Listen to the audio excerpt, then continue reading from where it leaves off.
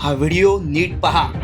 मुंबईच्या वांद्रे परिसरातील निर्मल नगरमध्ये दारोदार बंद पाकिटं वाटणारी ही व्यक्ती कुरिअर बॉय नाहीये, तर हे सर्रास पैसे वाटप सुरू आहे।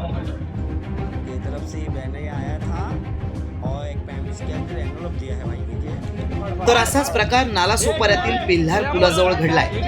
पोलिसांनी रात्री 2:30 वाजता 10,09,000ची रोकड जप्त करत गुन्हा दाखल केलाय। तर हे पैसे भाजपकडून मतदारांना वाटण्यात येणार असल्याचा आरोप करण्यात येतोय।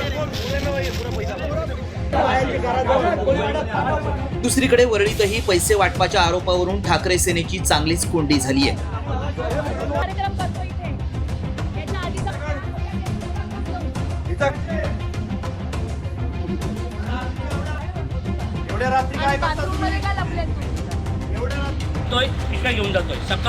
पैसे वाटपाचा हा सिलसिला नवी मुंबईतही सुरू असल्याचं समोर आलंय। पोलिसांनी नवी मुंबईत मतदार याद्यांसह 2.5 लाख रुपये जप्त केले। त्याची चौकशी सुरू असल्याची माहिती पोलिसांनी दिली आहे।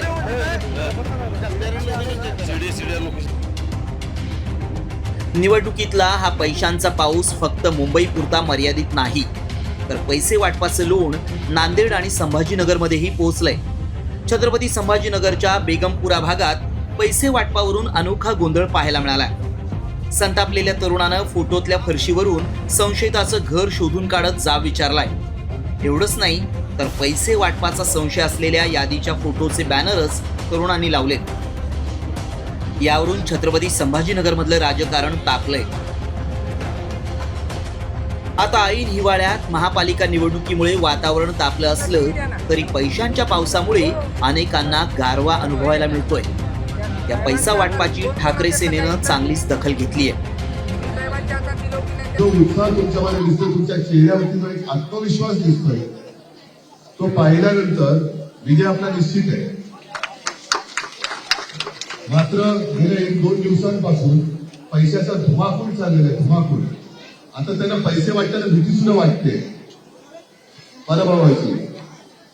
ही आजची रात्र आणि उद्याची रात्र। हा पैसा वाटप जर तुम्हाला कुठे आढळला तर बेलाशक काय करायचं, बेलाशक या शब्दात तुम्हाला कळलं असेल, ते तरुण पोलिसांच्या ताब्यात घ्या। गेल्या 4 दिवसात पुणे, पिंपरी चिंचवड, सांगली, डोंबिवलीसह मुंबईतही पैसे वाटपाचे प्रकार उघड झालेत। आरोपींवर गुन्हे दाखल करण्यात आले।